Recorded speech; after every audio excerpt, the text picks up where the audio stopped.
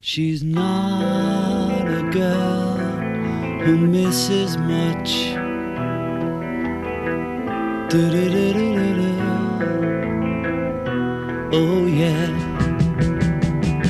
She's well acquainted with the touch of the velvet hand, like a lizard on a window pane.